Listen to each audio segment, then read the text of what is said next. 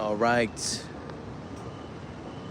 In this one, I'm going to be giving you 7 ways to outsmart a narcissist.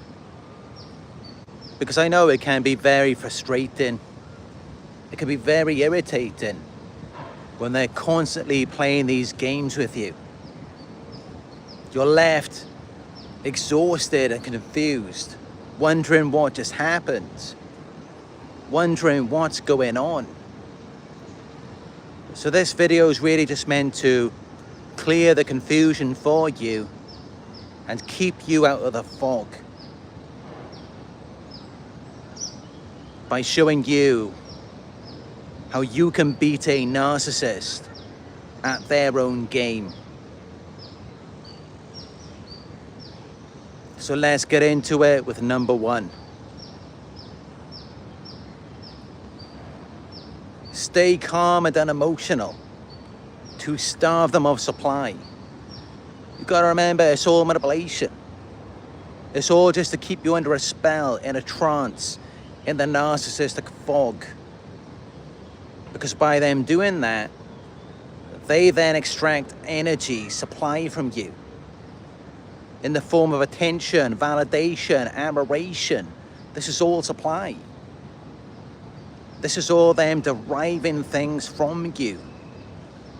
Because they've got power over you. They've got you under their control. So if you want to break the spell, stay calm and unemotional. Don't feed into it. Don't react. And then they'll realize they're not getting nothing out of you. When normally, when they're manipulating you, they're getting you emotional. It's getting you all worked up to where you're then giving your energy away and you're losing your sense of self. And then by the end of it, you don't even know who you are anymore. You don't even know what you stand for. You don't even know your values, your beliefs. You don't even know what you think of yourself when you did before. And that's because they had power and influence over you. They were able to shape your feelings and beliefs because you're feeding into it. So you're giving them your power. And then they're able to mold you into the type of person that they want you to be in that moment. And this is why you need to recognize the separation, the distance between you and them. Imagine you have an energy field surrounding you, a bubble, and no one can get into that. No one can break through it. Imagine you've got a shield and it's protecting you and they can't penetrate it. When you do that, it will protect you because it's all psychological. It's all in your mind. Of course, it's energetic as well. But you can protect your energy by using your mind. So that's my first strategy for you, is to stay calm and unemotional.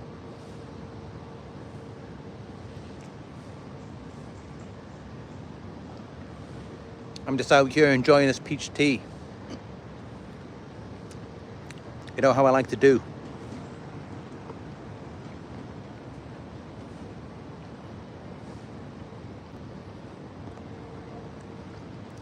The second way is to use the grey rock method.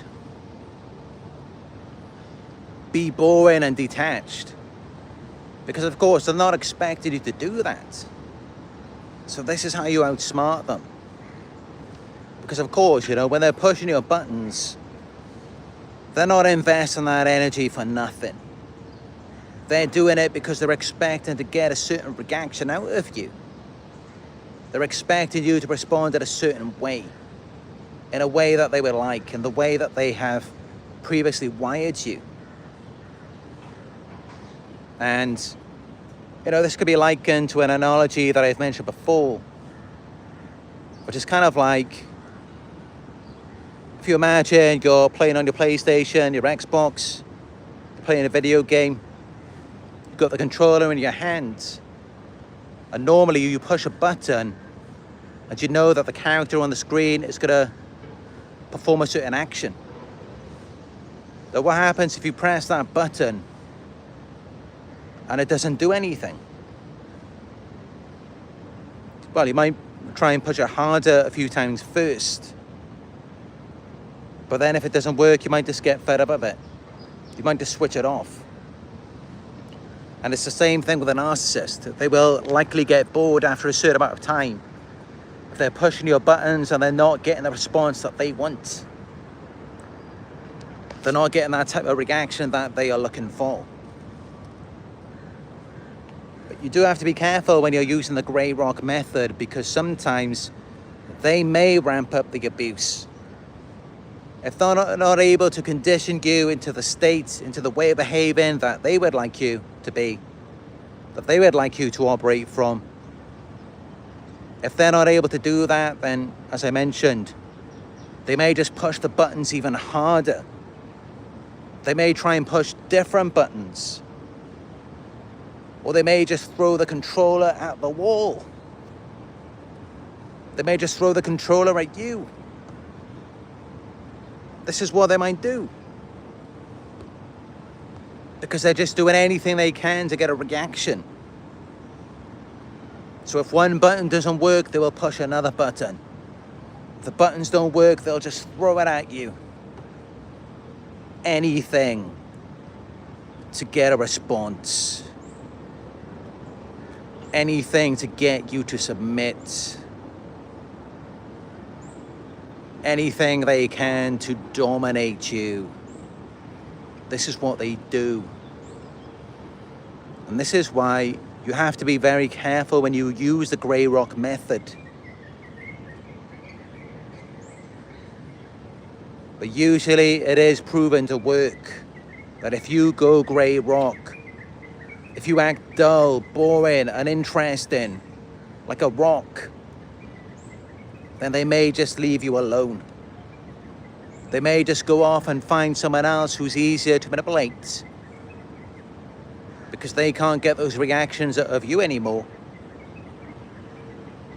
And they can't survive without it. They thrive off people's emotional reactions. It makes them feel alive.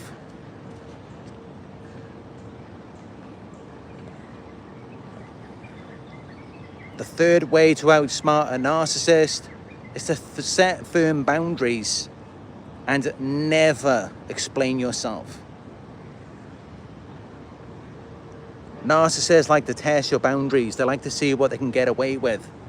So it's got to be a firm no from you. You can't let them do what they want to do.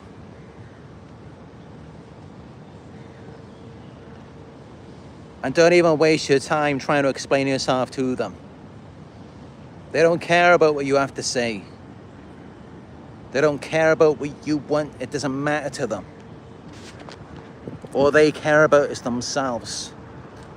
All they care about is what they want from you. So you're really just wasting your time explaining anything to them. Because when you do that, they will just manipulate you even more. They will just see it as though the fact that you were even explaining it to them means that you're not so sure about it yourself. That you need their approval, their confirmation, or you need them to agree to certain things. When really it should just be no, cut them off. Get rid of them. That's how you should respond.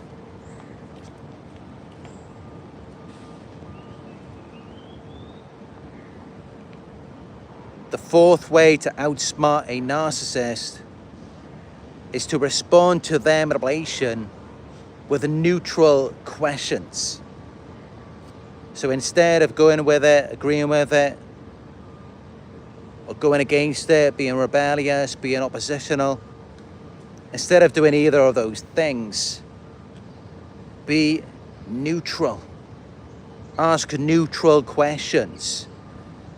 Because by being neutral, you're going to neutralize the manipulation. And as an example, you could ask them, why did you say that? Why is this important to you? Why do you need me to do this for you? Instead of just immediately going along with it, saying yes, or just being opposite to them, saying no, just ask them why. Ask questions and be neutral about it. View it as an outside observer rather than someone who is closely linked or intimately involved, because that is what is going to give them the upper hand. The closer you get to a narcissist, the more involved you get, what they're going to do is manipulate you, because that's all they want. They don't want a relationship. They just want to control you. They just want to keep you in a trance, under a spell, because it makes them feel powerful. It makes them feel better about themselves.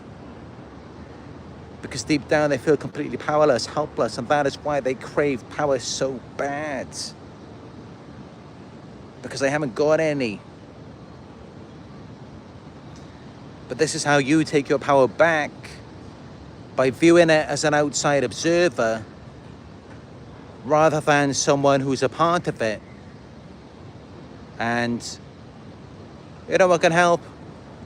If you visualize it in your mind, you imagine that you're someone else other than yourself, or other than the character that they have manipulated you into being.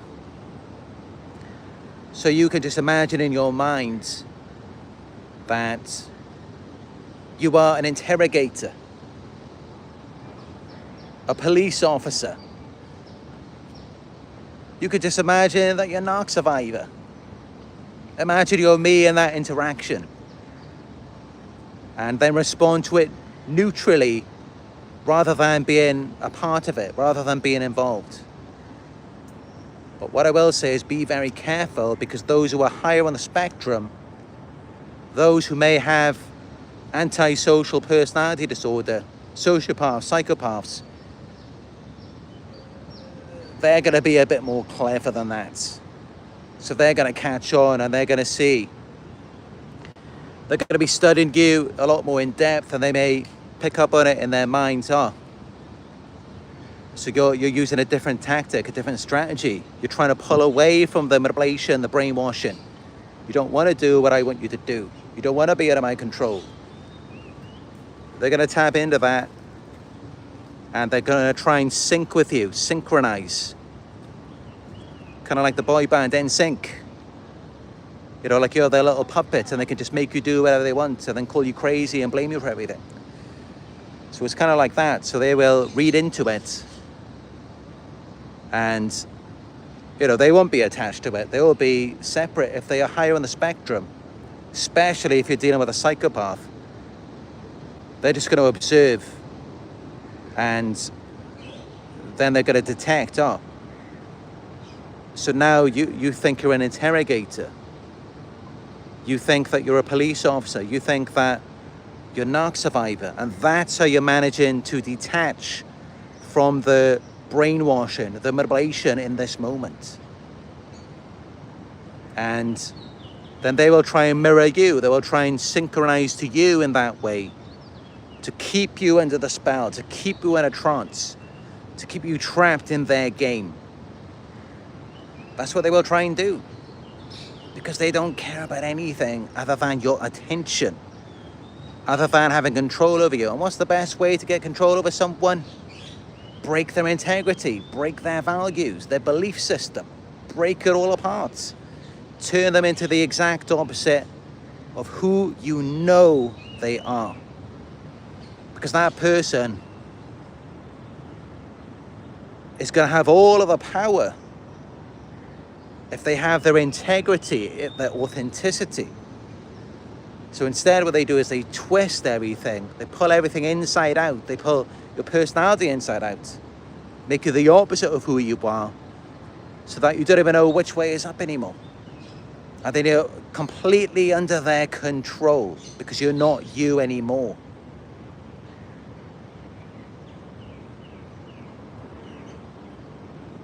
Some of you may be having an epiphany at this moment.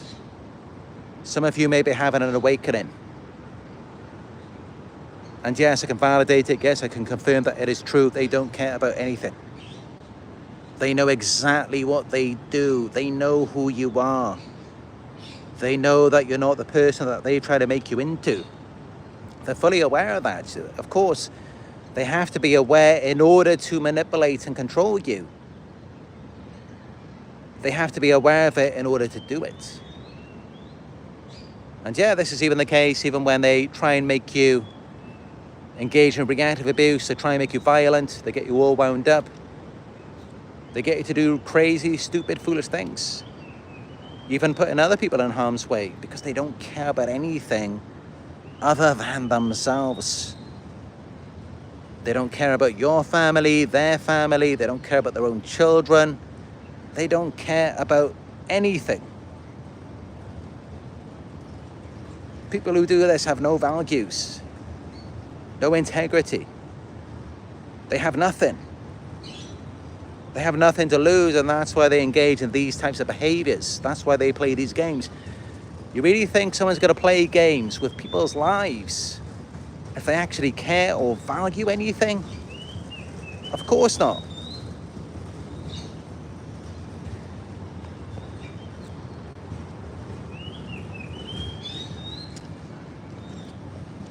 And let me tell you this. Anytime you start having dissonance, anytime they try and pull you back in and make you believe that they're actually a real, genuine person, they actually care about anything, you just play this message back to remind yourself, to let it sink in. People who engage in manipulation,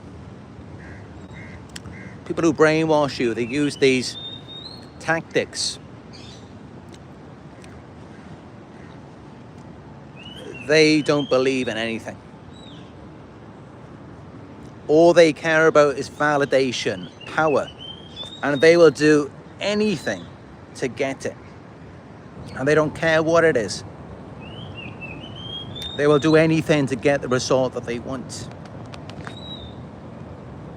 So let this be a reminder to you.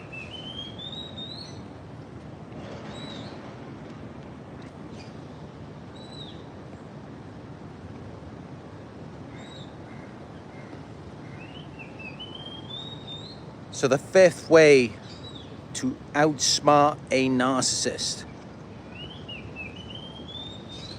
Keep your plans, thoughts, and feelings private. Stop confiding in them. Stop telling them everything.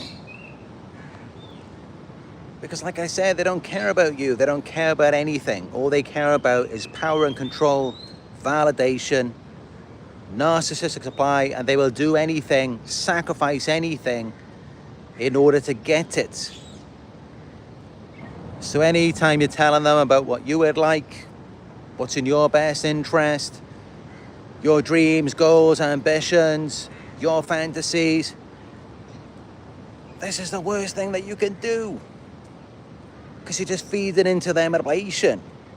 You're giving them total control over you. You're telling them, you're giving them the roadmap, the blueprints of what they need to do, what buttons they need to push to put you under their complete control, to completely brainwash you until you become their puppets. That's all you're doing when you tell them anything positive or negative about yourself, anything that you like or dislike. And they're never going to have your best interests in mind. They are never going to care about what you want. It's always just going to be just about themselves. That is how it's always going to be. And that's what you need to remind yourself of, because they will never tell you that. They are never going to be a good, decent person. That is never going to be a reality. But what could be a reality for you is separating yourself from the illusion, from their manipulation, by regaining control of yourself, by keeping your feelings, plans and thoughts to yourself, your dreams, goals and ambitions, your fantasies, anything that you want for your life, keeping that to yourself. It's always going to be in your best interest. It's always going to be what's good for you. Because otherwise they're only going to use those things to manipulate you. It's never going to be a reality. Their manipulation. Like how they're trying to make you think that it is. Like when they got you stuck in the trauma bond or the intermittent reinforcement. They try and make you think, yeah, if you just reveal it to them, if you're dishonest with them, if you confide in them, like there's someone who actually has your best interest in mind, someone who's actually there to protect you, then things are going to work out for you. You're going to get what you want. When did you ever get the result that you wanted from the narcissist? So what good is it being honest, authentic? What good is it confiding in them? There's no point. And that's why you're better off just keeping the stuff to yourself. It's a waste of time telling them anything. It's not really a relationship with them.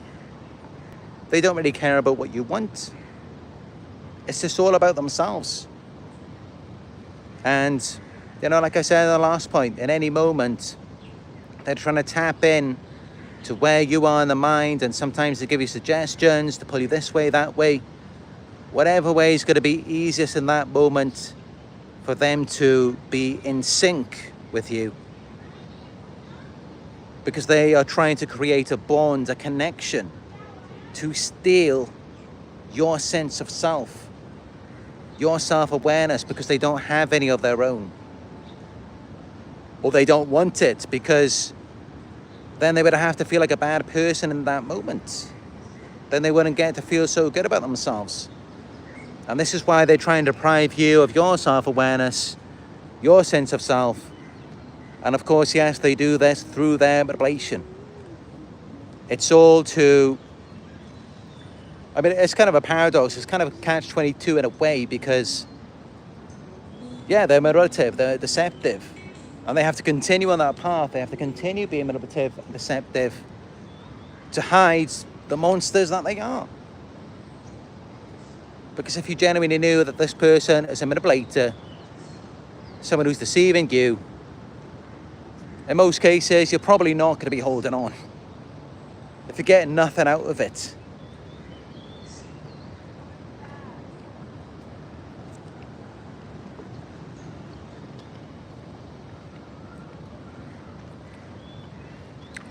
We're going deep into it in this video.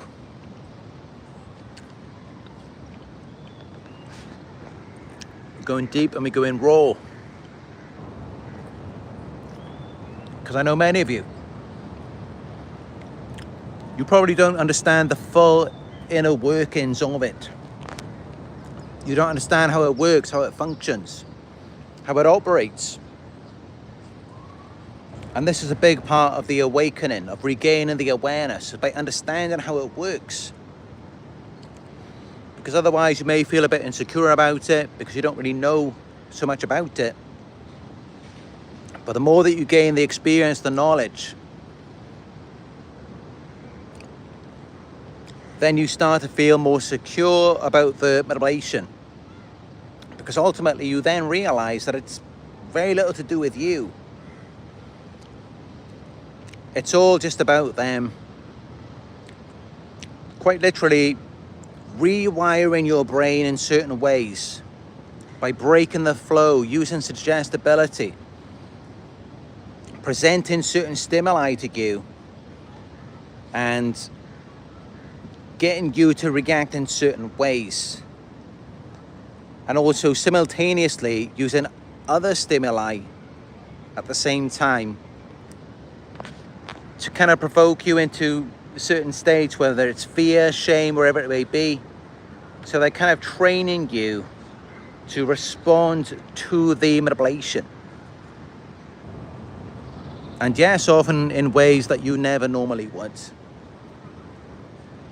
This is how, by the end of the relationship, you don't even recognize yourself. You don't even know who you are anymore.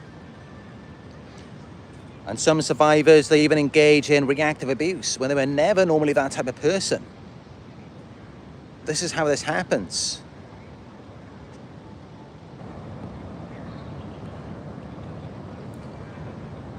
The sixth way to outsmart a narcissist is to mirror their tactics to subtly confuse them.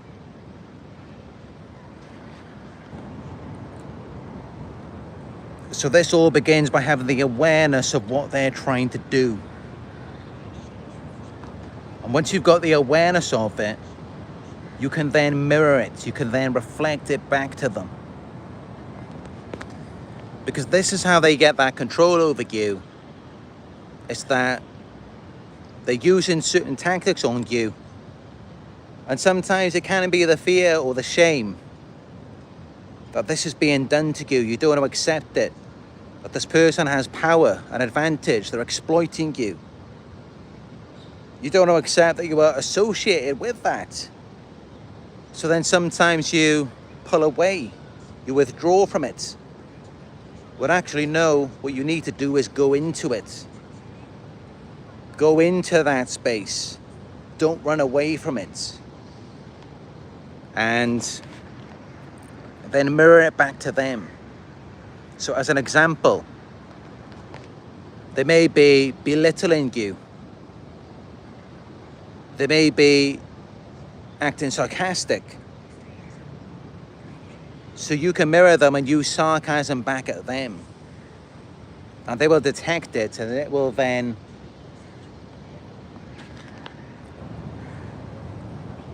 outsmart them. They won't be expecting that response. Because of course, you know, when they're throwing out these responses at you, these provocations, they're thinking that they're doing it from a source of power.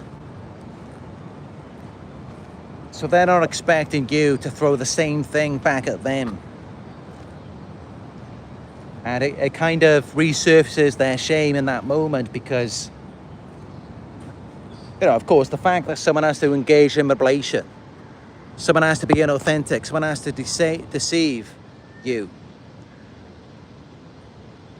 automatically that means that they're just nothing. Because if they were anything, then why would they have to do that? So that reveals that they are inferior, they are insignificant. The whole point of why they manipulate you is because they want to be seen as superior to you. They want to be seen as powerful. So when you reveal back to them that you are onto them, you're aware of it, you just send it right back at them. Because that's just it. Whatever they're trying to do in that moment, where they're trying to have power over you, make you feel inferior, insignificant, the only reason why they're doing that is because in that moment, that's how they feel about themselves. They're already on that frequency, that wavelength, and they're trying to pull you onto it because they're not feeling too good about themselves. And so this is how you outsmart them, by mirroring them, because then it's sending the message to them, oh, yeah, I know what you're thinking about. I know what's going on in your mind right now. I know what wavelength you're on. I know what you're trying to pull me onto. I know what you don't want to accept about yourself. That's what it reveals back to them. It reveals that you have outsmarted them. You've caught them out. And this is why they don't like it when you do that.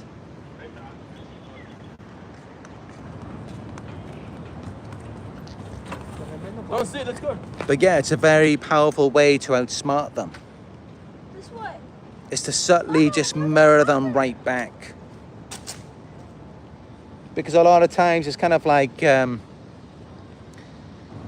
know, they're constantly just throwing darts at you, trying to get you to accept things about yourself that you don't want to accept. And sometimes it could be a trigger for you. It could be something that maybe deep down you believe that it's true, but it's repressed. It may be something that deep down you may associate with, but not always. Not always. Sometimes it could be more that you just don't want to be associated with it. You don't want anything to do with it. There may be something that you just see as vile, disgusting. It may just seem inappropriate to you. It doesn't mean that it reflects anything to do with you. Or you may just see it as fake and authentic. Because a lot of times, that's really what kind of wavelength they are on. They're always fake, they're always inauthentic. But in any moment, they're always playing these games with you. They're always trying to get you on the same wavelength that they're on. And you should notice a pattern. It always revolves around insecurities, feelings of inadequacy, control, power. Because deep down, they just feel completely worthless, powerless, helpless when they're around you. And that's because you are real, you are authentic. And that's why that's the main thing that they target in you. They're always trying to take you out of yourself. They're always trying to make you into anything other than yourself. The last thing they ever want is for you to be you, unless they feel like they've got you in that moment. Like maybe they've already deceived you, betrayed you, stolen from you. Then they will just give your sense of self back to you. Let you be you now. Now that you're not superior to them. Because that's really what this is all about. That's why they play games. Why have you got to play a game? Why can't you just play in reality? They can't because they suck in reality. They're nothing, they're nobody. And they know that. And that's why they're constantly trying to get you on that wavelength. Because that's how they feel about themselves when they are around you. And that's what they don't want to accept.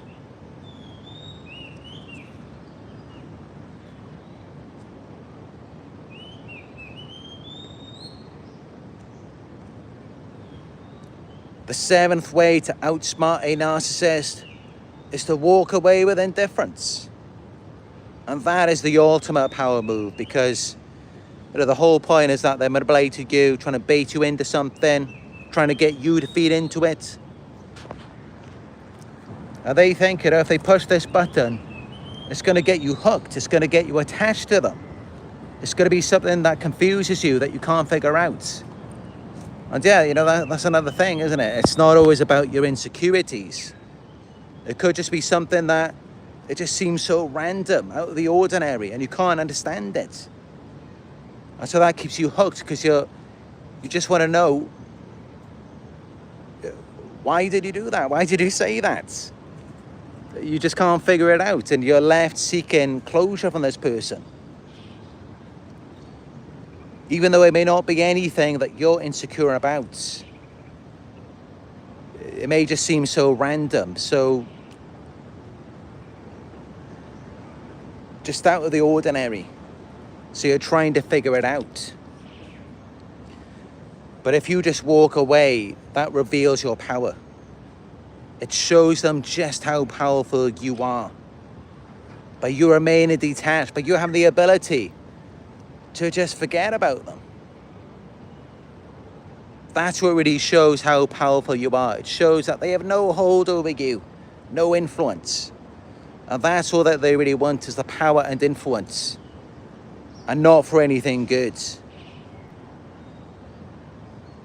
I mean, they may give you a taste of something good initially, but once they've hooked you on that, it just gives them the power to then switch it up on you and make it into something negative. But then you're trauma bonded and you can't walk away.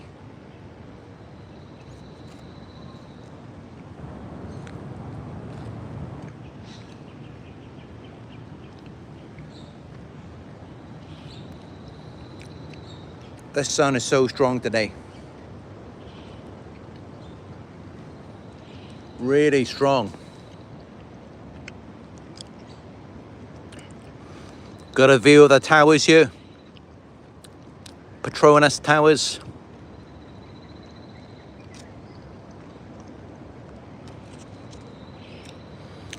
But yeah, this is a real deep dive into manipulation, trauma bonding, why they do what they do. It all comes out of insecurity, powerlessness, feelings of worthlessness, insignificance. Because otherwise, think about it. Why have you got to do it? Why have you got to push someone's buttons? If you're feeling secure about yourself, confident, you don't have to trigger anyone. You don't have to confuse anyone. And actually, if you feel that you are something, I mean, you're not going to be thinking you're superior, but if you are aware of your worth and you're confident, you're going to feel more comfortable if other people are confident and secure as well, because then they're more clear-minded rather than confused, and then they can see you clearly and accurately. And that's really a sign of true confidence. That's a sign of someone who really knows that they are something rather than just being arrogant. Someone who actually sees their own power and is actually powerful. It's when they're trying to bring you to the light. They're trying to bring you closure, validation, rather than repeatedly trying to confuse you. That's the sign of true confidence, true power, and guess what?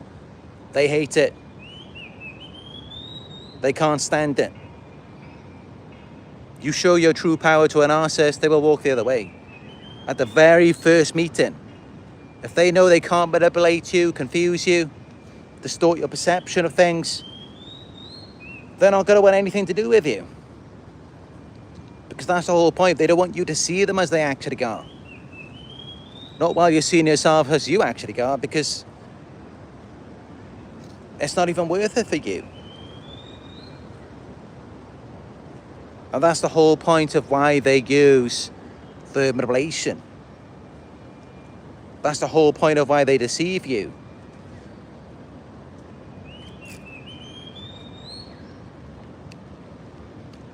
They try and make it out. I know they're not manipulating you, they're not deceiving you. They can be good enough for you if they wanted to, but they keep that for themselves or for someone else. Wrong.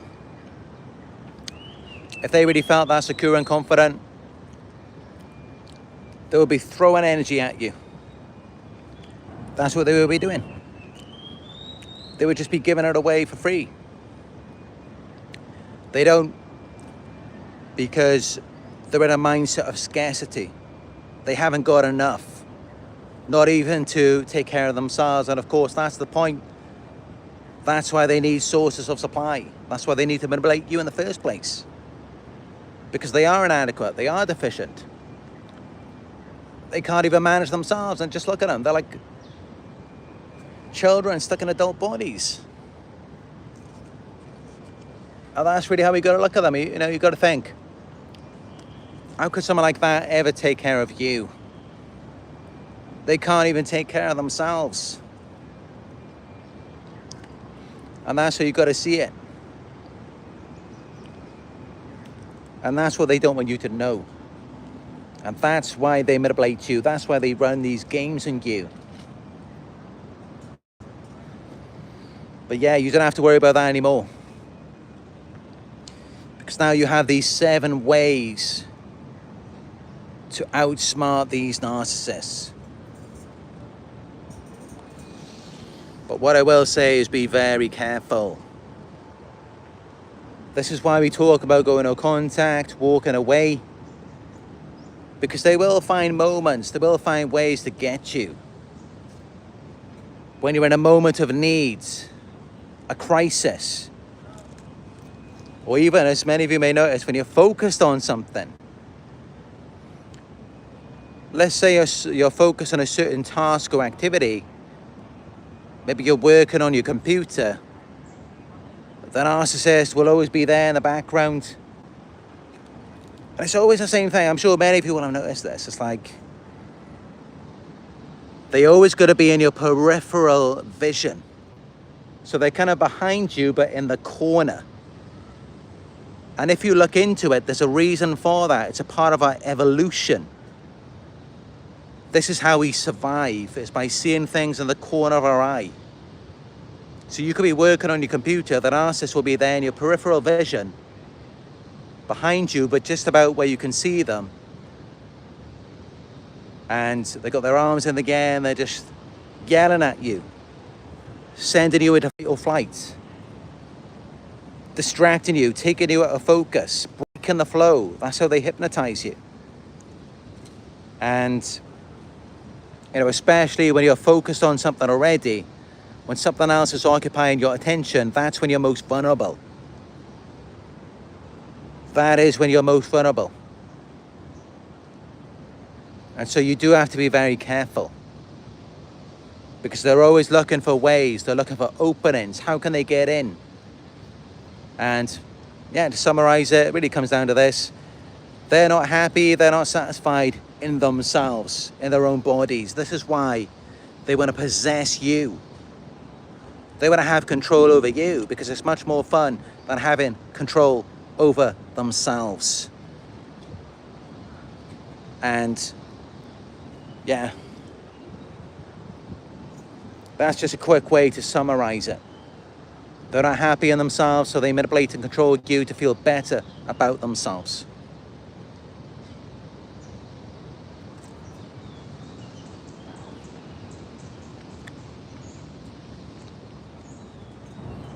But yeah, I've given you 7 ways to outsmart these narcissists. Let me know if you have any questions about what I've said to you. Let me know if you've got anything to add. Maybe you said or did something and you feel like that outsmarted the narcissist. So yeah, let me know in the live chat down below. Let's talk about it together.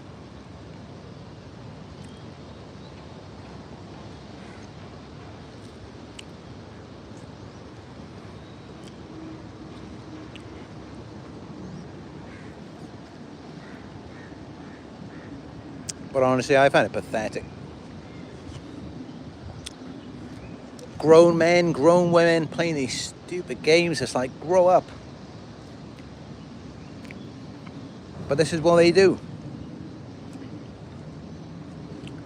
They still want to play little games like a little kid, because they're seeking power. And they feel powerless in comparison to you. You naturally have the authority in that situation, because you're just a better all-around person. You have better qualities, you're genuine, authentic, more knowledgeable, more experienced. That's why they targeted you. They're not going to target anyone to get around someone who's less than them. What would be the point having control over that person? They want to have control over something that they know is above them. That's the whole point. Why would they want to manipulate or control anything that's less than them? They would just see it as a waste of their time and energy. They would just treat it with absolute contempt. And they wouldn't want it anywhere near them. But instead, what do? They do the opposite. They try and get you as intimately involved with them as possible. That's what they do.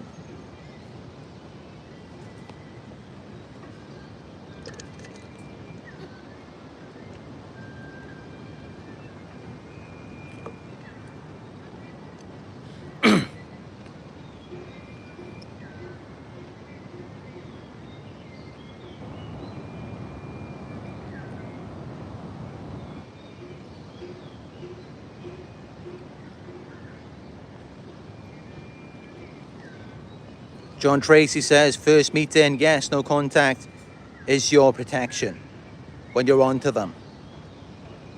It really is, because,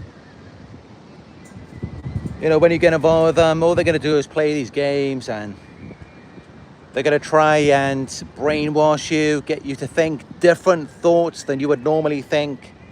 feel different things than you would normally feel, behave in ways that you wouldn't normally behave, and that's all that they're going to do. Because that's all they're thinking to do when they get around you. Because again, you know, they feel inferior to you. And they don't want you to demonstrate your power and authority to them. Because you just being in your power, you would immediately recognize how they're just not even worth your time.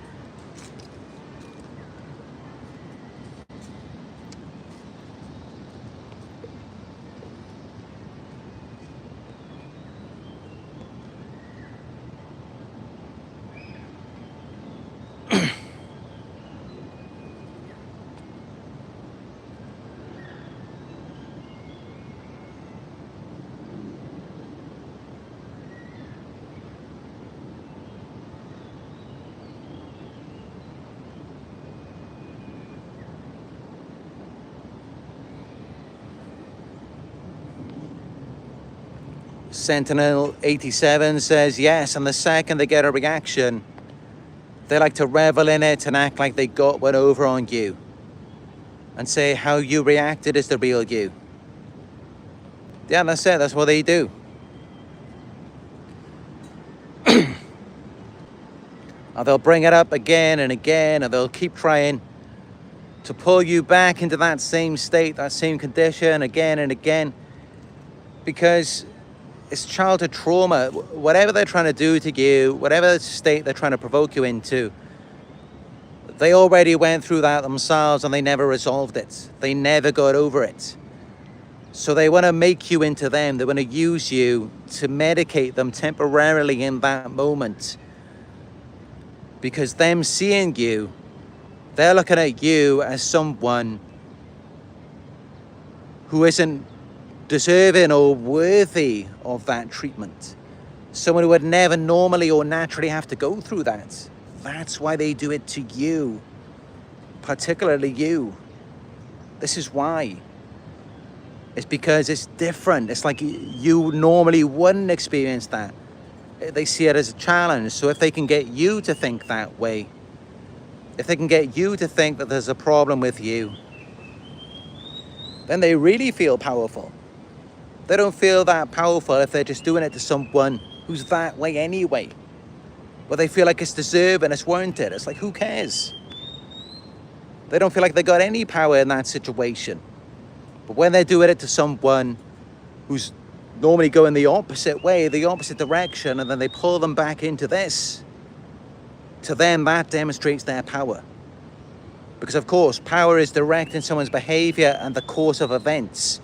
So you're going this way, you're feeling good about yourself, you're feeling confident, and then they pull you into a different direction, making you feel a different way about yourself.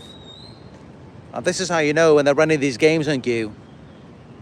Whatever they're trying to demonstrate to you, however the situation, if it ends up, it's actually the opposite. It's the exact opposite. And whatever they're trying to demonstrate to you, it's the exact opposite. That's the whole point of why they're doing it. Otherwise, they wouldn't even bother. Why would they even waste their time if they're already secure, if they're already confident?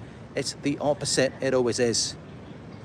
It's the opposite for you, and it is the opposite for them. And that is why I do what they do. That is why I motivate and inspire so many of you, because I know that it's you. I know that you are far more greater, far more worthy than these narcissists. And I know that they are just playing a game. I know that it is all a lie.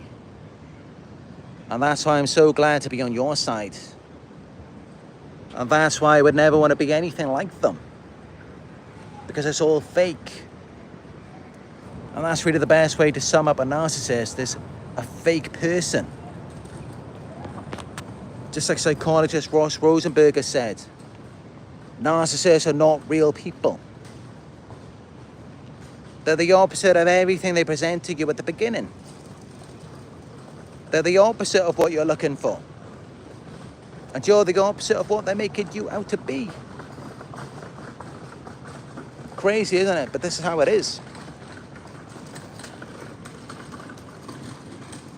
This is how things are really going on out here.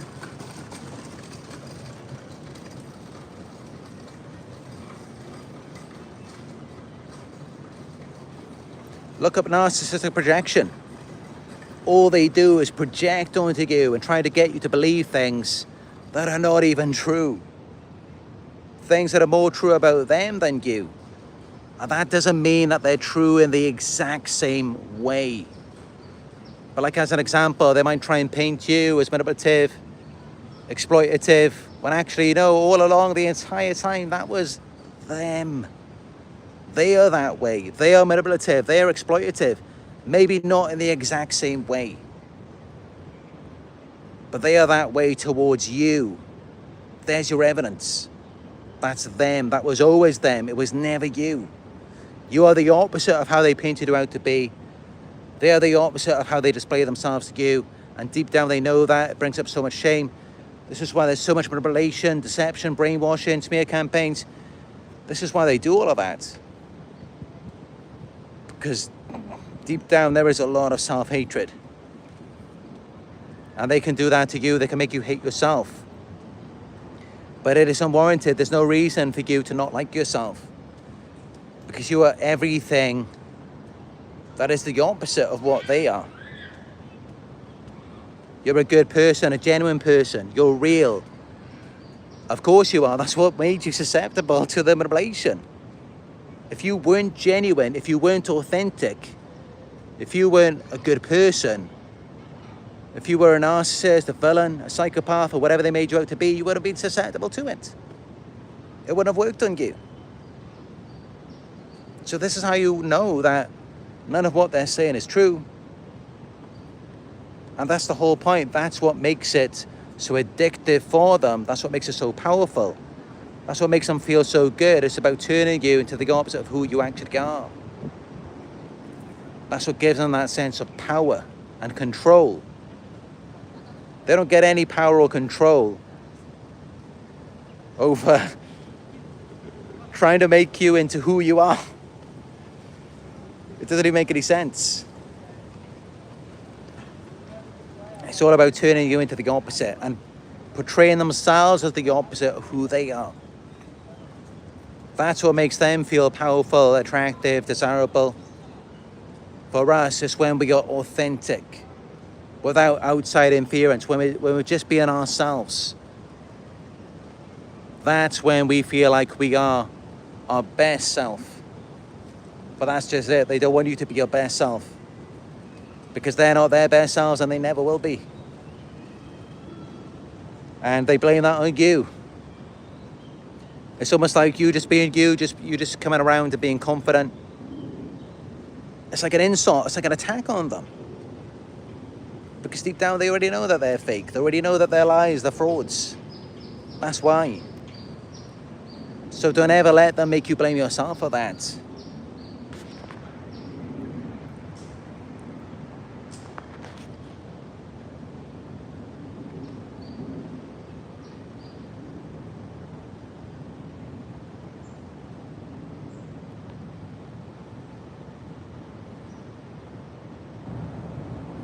Michael Aura 1111 says they do you so wrong, then play the victim. Yeah, this is what they do every time. They always blame the victim in the end, the very person that they were abusing for all of that time. It's like if you hadn't suffered enough, and they just want to cause even more suffering to you, because they already know that what they did at the beginning was not right. And so they keep going forward with it because it's the shame that they don't want to deal with. They're just running from it.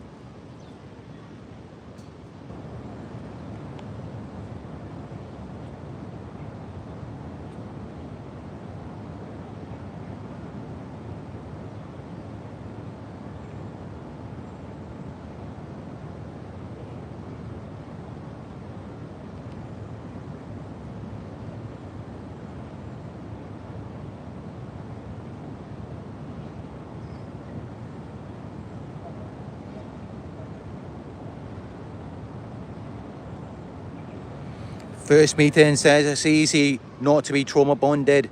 Just ignore the narc. Always, no exceptions, no matter what lengths they go to. Common sense and logic outsmarts the narc every time without playing their game. That's it. I mean, that's the best thing to do, is being different. Do not associate with them. I'm telling you, the closer you get to them, the more susceptible you're going to be, the more trauma bonded, the more you're not going to know who you are, the more you're not going to feel like yourself, the more that you engage with them, because you're engaging with someone who's fake and authentic. So of course that's going to happen to you as well.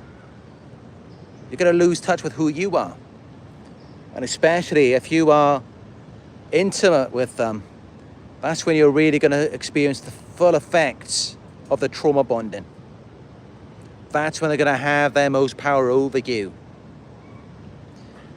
And, this is why I say I've made videos about it already, speaking about how you should not have sex with the narcissist. And I know it can be difficult. I know it can be frustrating at times. But just know it will intensify the trauma bond. It will intensify the manipulation. You will become much more susceptible to it. And I am speaking from experience. And I know that many of you resonate with that as well.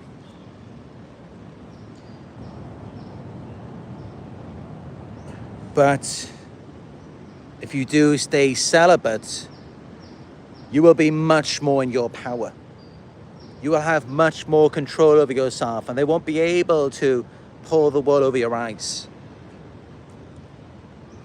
They manage to accomplish that mainly through sex, because it's the dissonance. What controls you more than anything is the dissonance. That's what brainwashes you. And it's like, on one hand, you're being abused, you're being betrayed, but then you're being intimate, which is the closest thing you can do with anyone. To be that close to them, to be having sex. And so you got two opposites. This is what hypnotizes you, and that's why it's best to stay celibate. Honestly, it's not worth it. A few minutes of pleasure for potentially months or even years of extreme pain. It's not worth going through that. But that's just what it does. And even when you think you're about to get out of it, they find a way to pull you back into the cycle. Because if they seduced you once, they could do it again.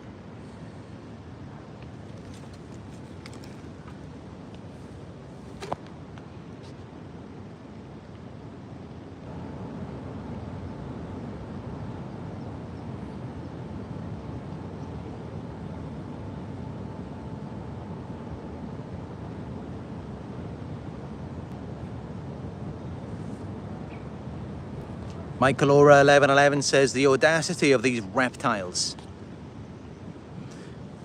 Oh, I know they are, I mean. And people talk about how the COVID narcissist is more shy and introverted. But it's kind of like, they're trying to push boundaries, test the waters. It's like they want to be an overt narcissist, or even the borderlines act that way as well. So they can be a bit obnoxious, like in your face kind of thing. But they know deep down that it's not accepted. They know the behavior isn't socially acceptable, and especially not for them. They know that they can't get away with it. And yeah, they try and push the boundaries in any way that they can, whenever they see an opening. And yeah, it's unbelievable. I mean, it's really clear that, they have some kind of fantasy in their heads of who they think they are. And that's how they're able to present themselves in that way. So they're so confident in their minds when in reality, they're not really anything. And you know, that's what it all is. It's all a shared fantasy. As Professor Sam Vaknin has mentioned, and psychologist Richard Grannon, they both speak of the shared fantasy, and that's the space that you're in with these narcissists. It's all a fantasy, it's not even real. I mean, of course, if it was real, you wouldn't have a problem with it. There wouldn't be any issue. You wouldn't be watching these videos if it was real. You'd be too busy enjoying reality. But that's just it. It's all fake. That's not who they really are. It's all manipulation. It's all just to keep you under a spell, to steal your sense of self, because that's what they really want. They want a sense of what it's like to be you, because they see that you have so much passion, so much enthusiasm, so much life, energy, and laughter, and they want some of that. It may look like they've already got it, but they're just pretending. They're mirroring you to try and siphon those qualities out of you. This is what they do, because if that was really them, things would have hit off really well for you. But instead, there were these arguments, the conflict. Because like I said, they're the opposite of you. They're the opposite of who they presented themselves to be. And they're the opposite of how they made you out to be, of how they try to make you feel. And that's just how it always is in every moment with a narcissist.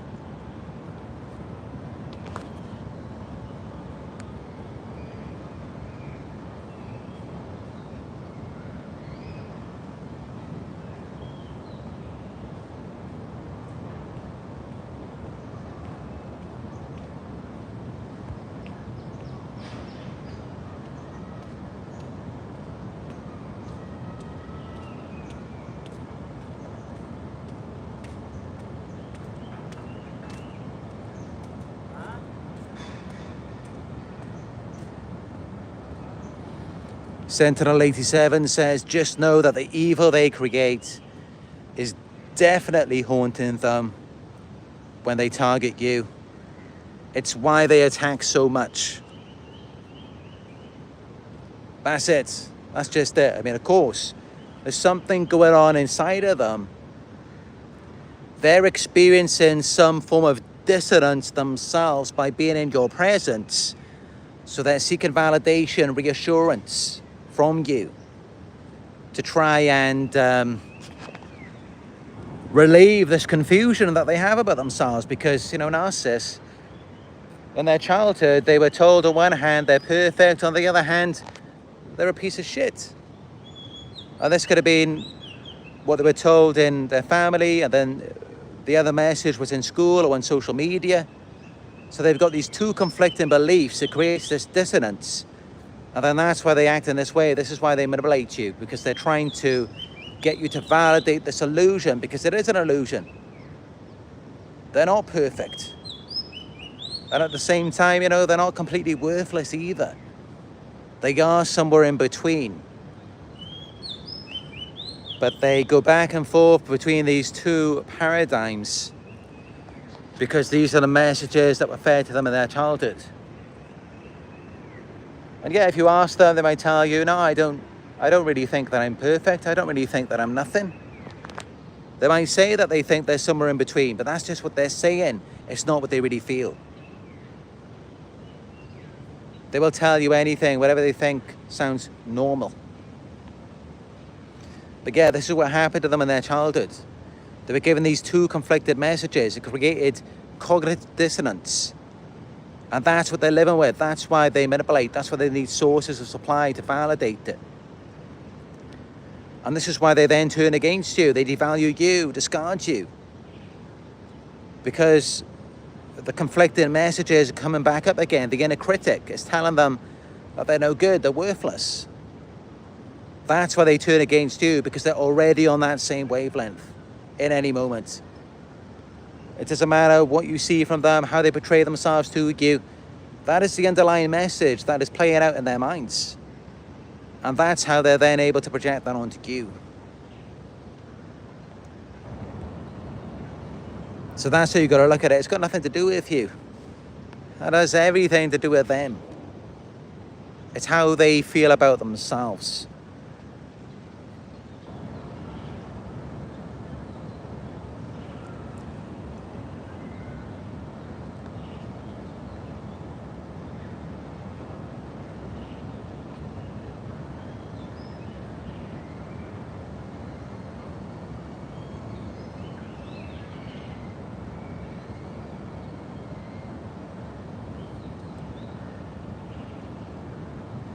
Sentinel 87 says, that's why they do this to us. They know we're a better person.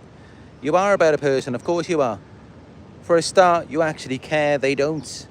You have passion, enthusiasm, energy. You have so many good qualities, authenticity.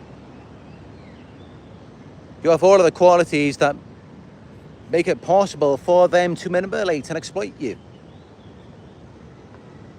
So of course, you know, always the person who's being manipulated or exploited is always going to be the better person in that situation.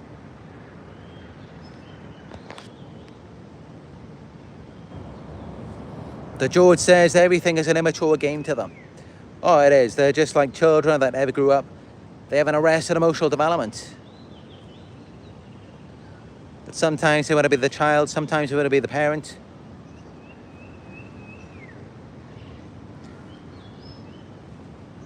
But even when they want to be the parents, they just want to have the power. They don't want to take on any responsibility.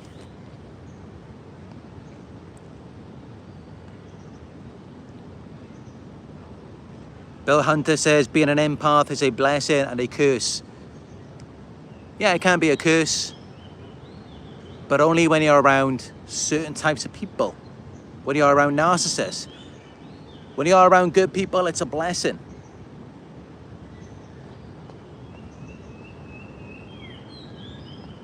I mean, anything good about yourself is going to feel like a curse when you are around the wrong people.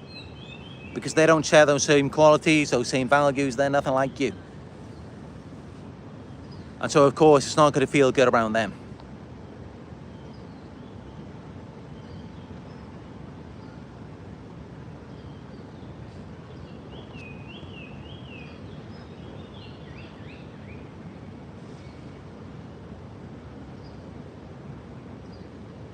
Bill Hunter says we've got to set boundaries and hold them with everyone. Find love for ourselves again. I say, I mean, if someone does not respect your boundaries, they don't respect you, they're trying to mold you into something other than yourself. Because they're penetrating your walls. They're stepping inside of places where you do not want them to go. They're changing you, they're molding you, they're getting you to tolerate and accept things that you don't really want to deal with. Things that you wouldn't naturally notice or respond to. So you're becoming less and less like yourself the more time that you spend around them. Because they don't respect you, and yet they blame and shame you. They act like you're not real, you're not really you. You're not who you were at the beginning. They can never sustain that in you. They're always trying to twist you into something else. Because they didn't respect your boundaries, your limits. And yet, you know, like I said, they always blame the victim at the end of the relationship. When they did that to you, they didn't respect you. They wouldn't let you be yourself.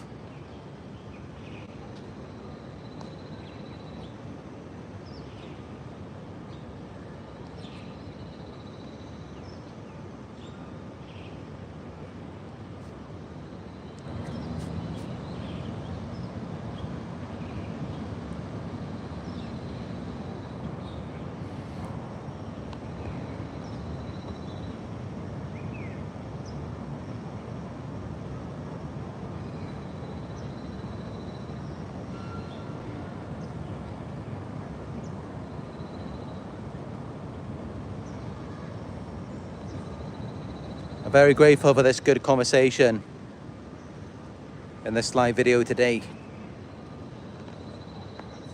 A lot of great comments here.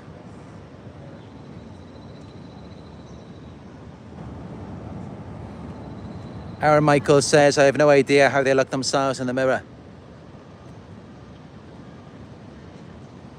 Well, as Michelle Neves mentioned in one of her videos before, narcissists view themselves through a broken prism. They don't see themselves as they actually are. They see themselves how they want to be seen, in a more positive light. So they forget about all of their flaws, they just project it onto you.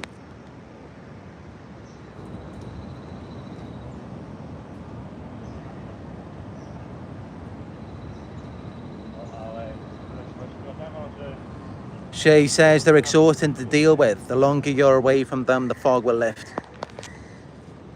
Yeah, when you're around a narcissist, psychopath, you're going to be going into the fog. They're going to be manipulating you. They can't be around you otherwise. Because otherwise, they're just instantly going to feel inferior. They're going to feel like they're nothing. They're going to feel insecure. All of their childhood traumas are going to come up. And they just can't deal with it. They can't bear those feelings. So they have to pull you into the fog, into the fear, guilt, and obligation. And yeah, the more time you spend away from them, you begin to connect back to yourself. You begin to feel more like yourself again. But that's just it. You know, when you're dealing with a narcissist, you're not going to feel like yourself. They're not going to want you to be yourself because it makes them feel inadequate in comparison to you.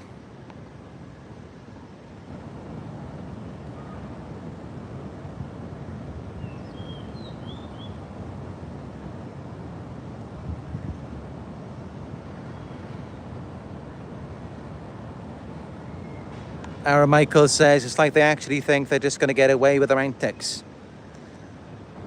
You know, a lot of them, they're predators. They're like animals. So they're always in the moment. They're not thinking ahead. They're just thinking about right now. What do they need right now? What's going to make them feel better? What are they going to do to you? What are they going to get out of you? They're not thinking about how it's going to make them feel after, the consequences, how it's going to come back at them. They're not thinking about any of that because they're predators. So everything's just in the moment for them. It's just all about what they need. They're not thinking ahead.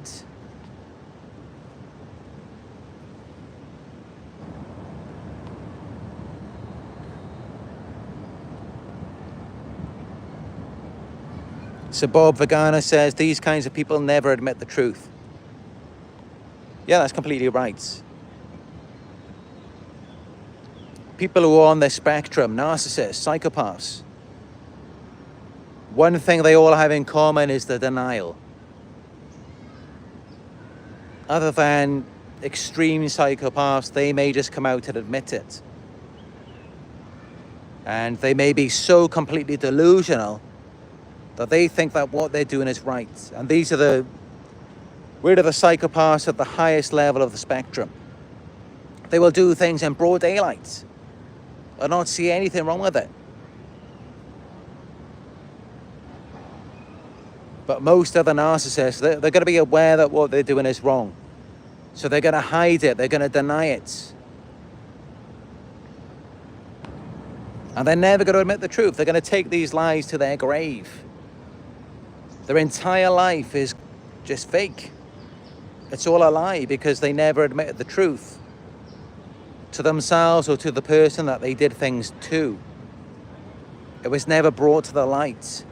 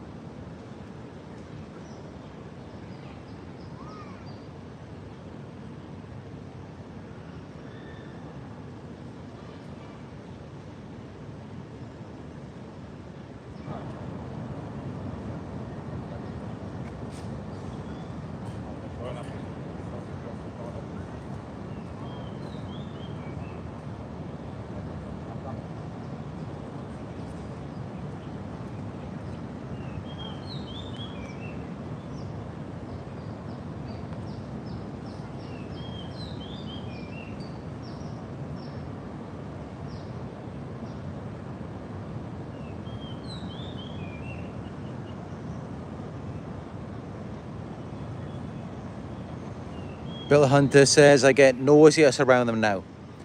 That's actually a good sign, you know, if you're around a narcissist and you start to feel very sick, very uncomfortable. That's actually a sign that you're healing. Because if you remember, when you're in the relationship, when you're around them for a long time, it becomes normal to you. You don't see it as anything out of the ordinary because you become used to it, accustomed to it. So if you are still shocked, if you are still confused about it all, it's a good sign. It's a sign that you are healing when you do feel sick, because it is unhealthy. I mean, you know, of course, if you ate some gone-off foods and you didn't feel anything, what does that say about your body? That your body's not even able to detect poison. That's not a good sign. So yeah, if you're able to detect unhealthy things, it's a good sign that you have healed to some extent.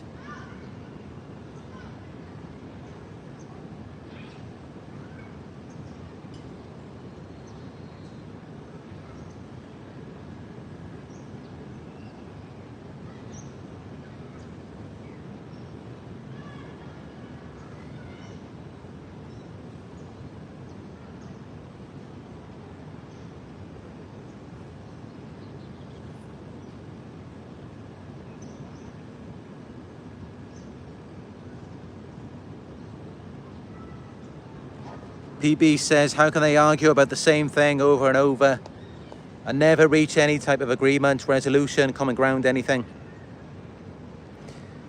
That's just it. They don't care about a resolution. It doesn't do anything for them like it does for you. Because you're a relatively normal, healthy person, so you enjoy resolutions coming together. It feels good to you because, you know, it's... For humans, it's meant to feel good. It's what you're meant to do. But for the narcissist, they enjoy and thrive in chaos, conflict. So when they're just constantly just keeping them in the cycle, that's when they feel like they have the power.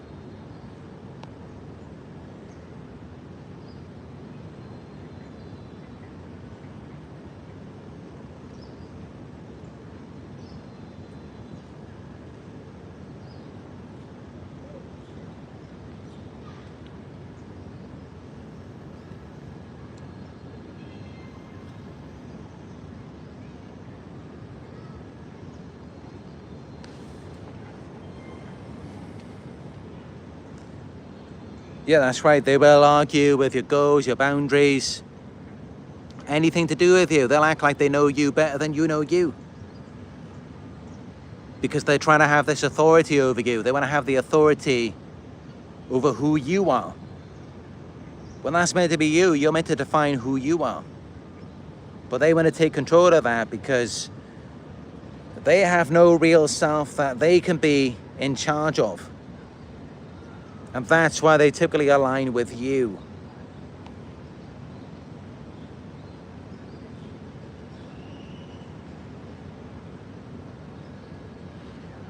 Sean McDonald says this must be a recording. He's not answering questions. You know, I've actually seen that response in the live chat so many times over the past year. I don't know if it seems like it's all part of the same group or network. Like these trolls are coming into the live chat trying to brainwash me into thinking that I'm not live on YouTube right now. Am I in like some simulation or something? I'm just in some pre-recorded video. So where am I? Where am I now then? This is crazy.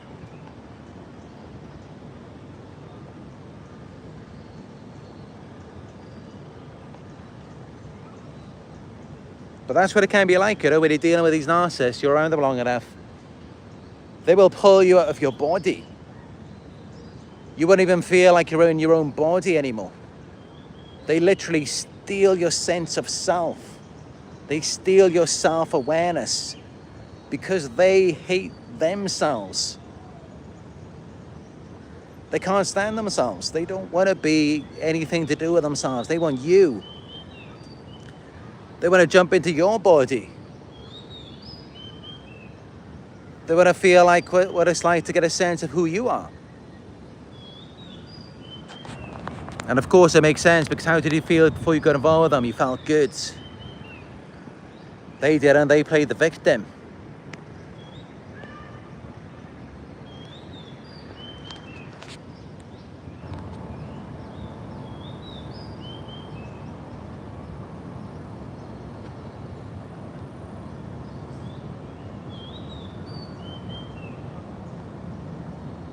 Keith Whitman says you have to trust those gut feelings. Yeah, psychologist Ross Roseberger said you will get this feeling in your solar plexus, a tightness, and sometimes I get it in my throat as well. It's almost like my voice changes its pitch, its tone. Like my voice isn't as clear as it was before. When you're around narcissists who are trying to possess and control you. But don't mistake that with butterflies in the stomach. Because sometimes you may experience, a little bit of even fear, anxiety when you're around someone who you're attracted to. So try and recognize the difference between those feelings.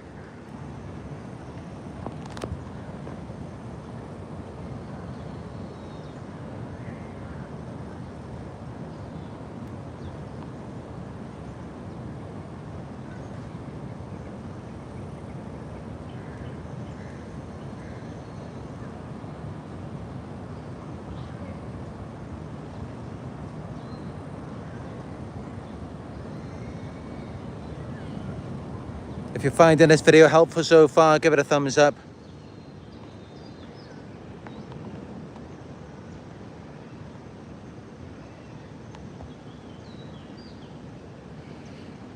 Stacy Sanders asks, do they get their karma ever? Oh, they do get it. Studies have been done on this, and I've done a video on it. I did a video. This was January 2024, when I was in Japan. It's titled, "The Smear Campaign Will Destroy the Narcissist and Their Flying Monkeys." And I pretty much proved in that video, through the use of referencing some clinical studies, that bullies are at a 10 to 25 times more risk of developing a psychiatric condition, work issues, relationship issues, depression, anxiety, so many things, 10 to 25 times more than their own victims. And that's a bully. A narcissist is much more than a bully. So just let that sink in and watch that video for confirmation. It's real, they do get their karma. What you put out does come back. And honestly, it makes sense, from the clinical studies. It seems like even if you did 1,000 good deeds in your life, it wouldn't mean really anything compared to that one thing you did wrong. That one horrible thing you did to someone. So you really got to do a lot of good deeds to, to override that one bad thing that you did. And this is why, I recommend to you to do good deeds every day. Compliment someone, smile at them, say thank you. Donate to charities. And try and do these things as often as you can. Because we all have sin, we all make mistakes. And so you want to make sure that you've done so many good deeds that it outweighs those few things that you did wrong.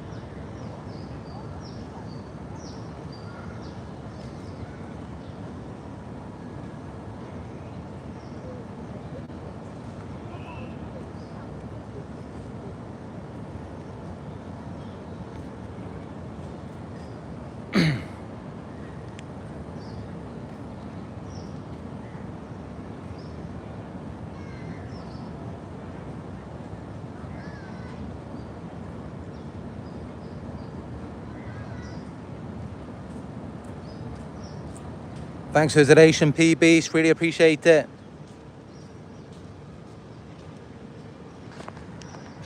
All of your donations are very helpful.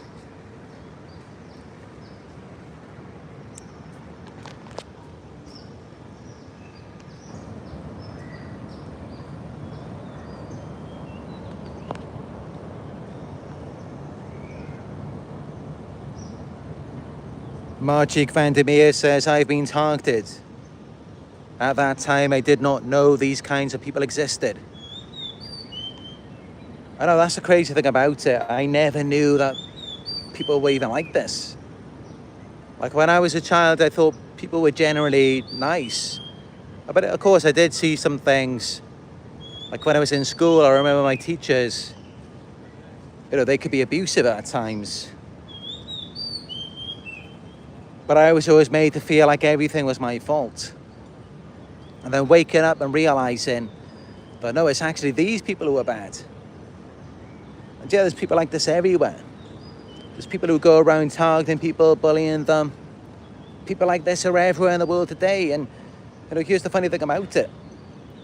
Here's the funny thing that many of you may not even realize or may have woken up to this now. Many of you may be worried about strangers, when actually the people that are meant to be most of a threat to you are the ones that are in your own family. Those are often the narcissists that you deal with. Those are often the ones who are most dangerous to you. The ones who can cause the most harm, and you're worried about people outside of your family, even neighbors. Well, no, it's the ones who are closest to you.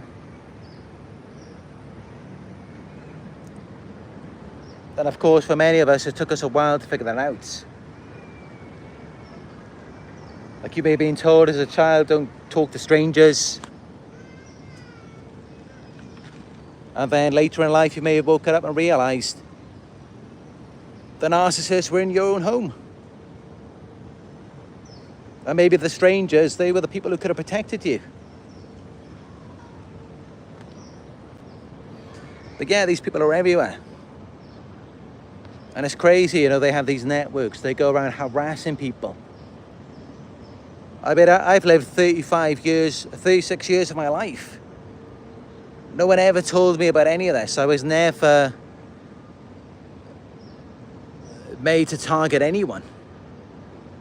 And I think it's because they know they have this predatory sixth sense. They can detect that you're not that type of person. That if someone tried to get you to harass someone, you would say no, you wouldn't do it. You wouldn't bully anyone because you know that it's wrong, you know that it's abuse. You know that if anyone's done anything wrong, it should be dealt with the law.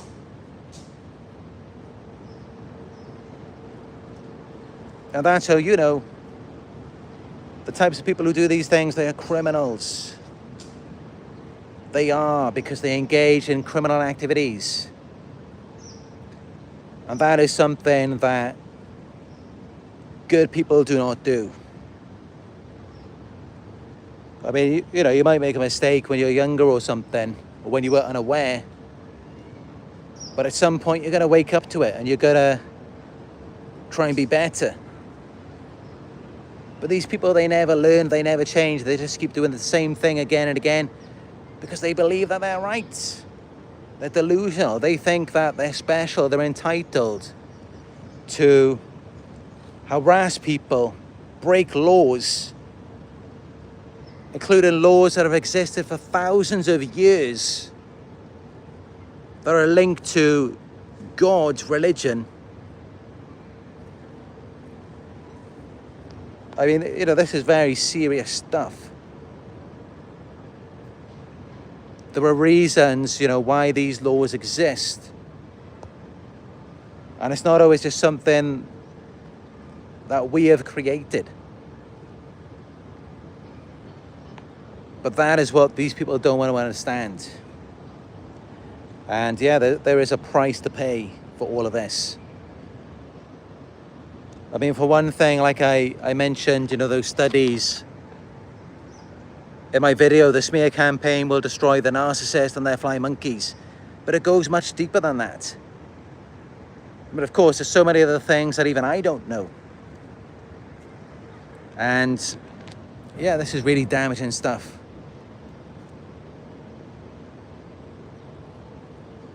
And this is why I myself, I don't associate with anyone. People who drink alcohol excessively, people who do drugs, especially people who break the law, I do not associate with them. You know, unless, of course, there's someone who's on the right path now and they're reformed. That's a completely different thing. You know, as many of you may know, I did an interview with a self-aware, diagnosed covert narcissist. Because, you know, that's just another thing of what it means to be an upstanding member of society, someone who abides by the rules, someone who follows the law, is that we do give these people another chance. I mean, you know, there's people out there committing murders, and even they get parole, even they come back into society, even they get given another chance, because that's what it means to be a decent person. Is that you do accept that, you know, sometimes people do the wrong thing. Sometimes it's something extreme. But they can reform, they can learn from it. And that's really the lesson at the end of the day. And that's really the difference with these narcissists, is that they hold grudges, they never learn from anything. And that is why you can never trust them. You can give them 100 chances, it's not going to make a difference. And the things they do, I mean, talk about extreme. Yeah, we're talking about murder. I mean, some of the things that we have been through, we may have wished that they would have murdered us. We would have got off lightly. We've been through such extreme things. I mean, some of the things that these people have done to you, they would be serving multiple life sentences. You would be compensated billions for that. This isn't something we're talking about just murder. They murder your soul while you're still living in your body. Really extreme stuff. I mean, these are people who are completely heartless. Many of you may be left believing that you were dealing with psychopaths because it's that extreme.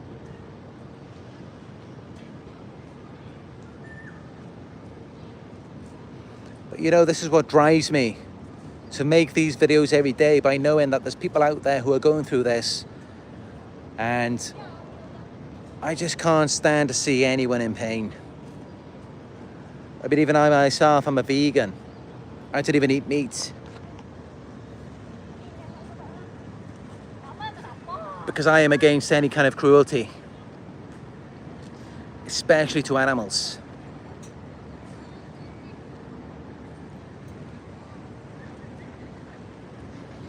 But yeah, it's crazy, you know, you think you know people, you think you know the world. These people are everywhere.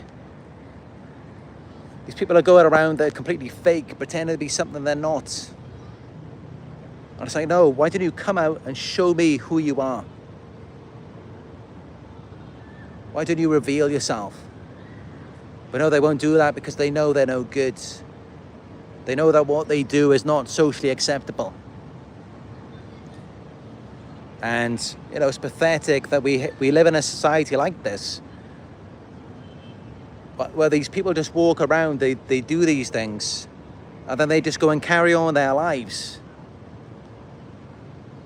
Society is just completely fake. What is the point? We may as well just live in the wild. At least then it would be real. At least then you can actually see the threats that are in front of you. I mean, honestly, it's just an absolute joke. Especially when you consider that the elites, the people who run governments, they're all narcissistic psychopaths themselves. Not all of them, of course, but many of them are.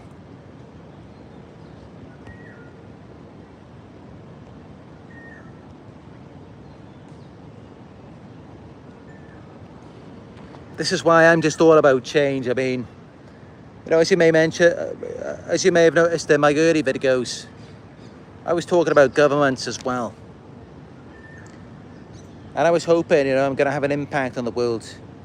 We're going to change the system. But then I woke up and I realized that actually, no, there's a reason why these people are in positions of power. Because this is what the majority of people are like. If they weren't, you don't think they'd all be rebelling against it. They're not, because many of them like it. It's designed for the masses, for what appeals to them, not for the minority.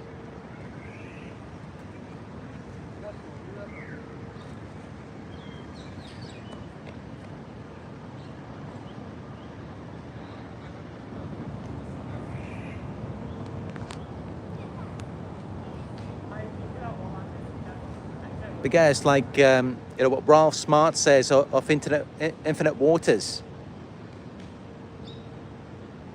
He says something like, you know, it doesn't mean anything like how well you can adjust to a sick society. It doesn't.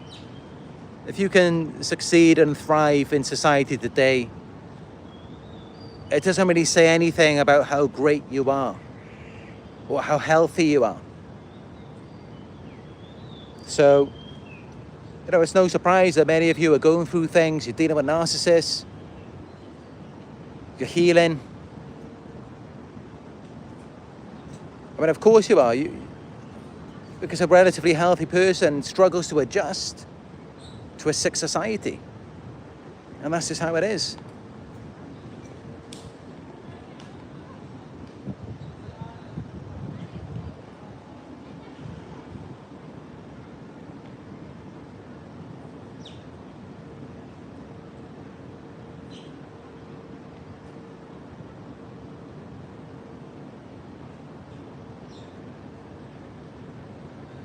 DJ Sneaky Snake says their karma is their memory becomes awful as they start to lose track of their multiple timelines.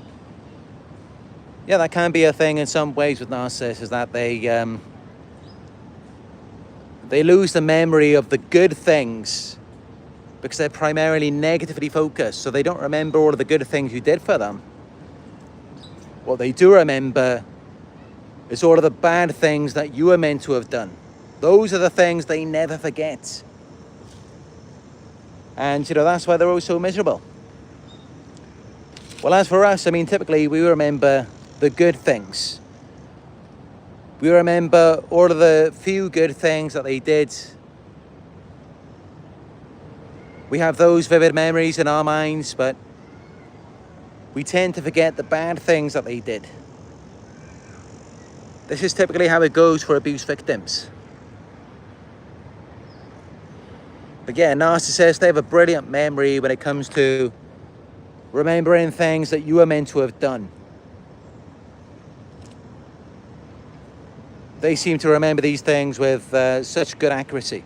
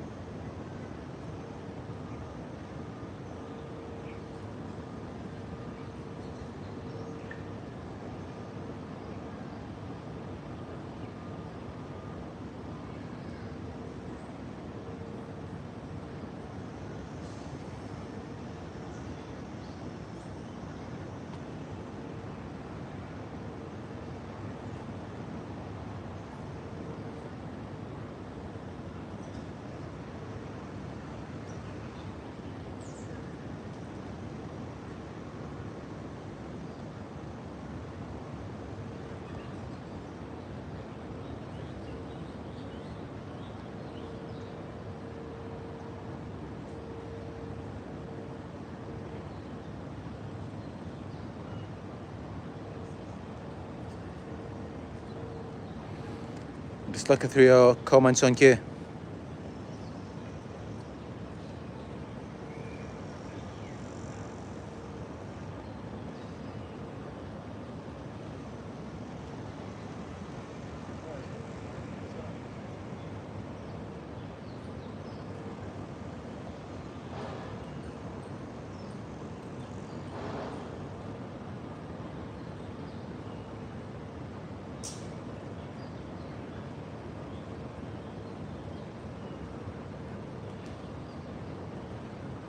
It's good to see, you know, we have a lot of engagement on the live chat today.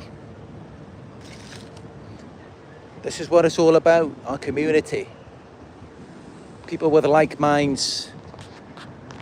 People who see the truth. And people who do not want to hide. That's what this is about. And that's what it was about for me at the very beginning. When I began this community, it was about sharing the truth with you.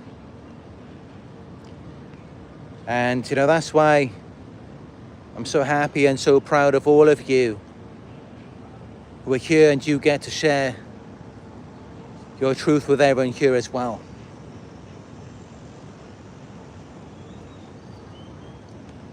And who knows, you know, I think about it that I will bring back the series that I did early on. I did a playlist, Narcissistic Abuse, What's Your Story? And I had real survivors on the videos talking about what they went through. And you know, I'd like to go back to doing that. So, if you have a story that you'd like to share, send your video in. Email it to me, coach@narcsurvivor.co.uk. Because I think people can learn a lot from your story. And it may resonate with things that they've been through as well. So yeah, send your videos in, and I think I will begin that series again.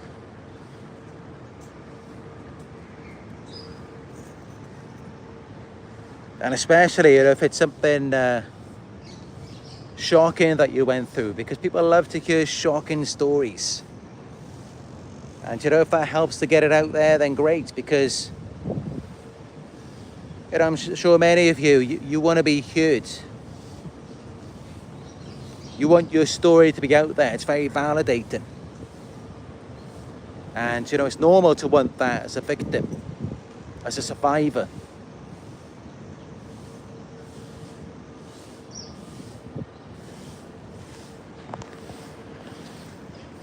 But yeah, I've really enjoyed sharing this message with you today. Live at this park. Got the KL Tower, the Petronas Towers,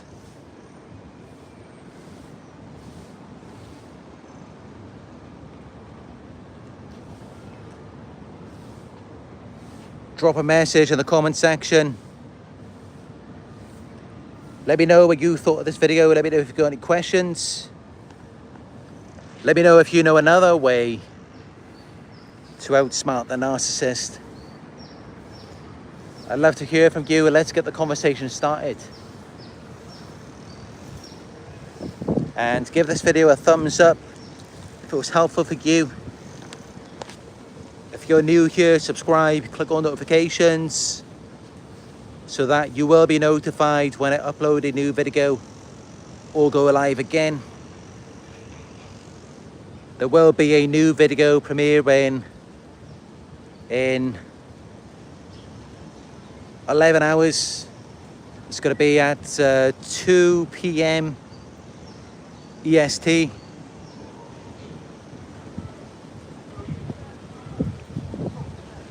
And yeah, if you would like guidance to support your healing journey, I am available for one-on-ones. You can book with me by going to narcsurvivor.co.uk. Your donations are greatly appreciated, no matter how small. Donate by going to paypal.me/narcsurvivor.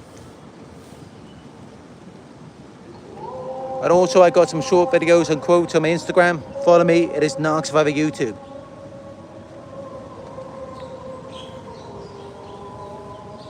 So yeah, that's it. I'm gonna go home to Nala, get something to eat, and work on my next video. Thank you all for joining me, and I will talk to you in another live video very soon.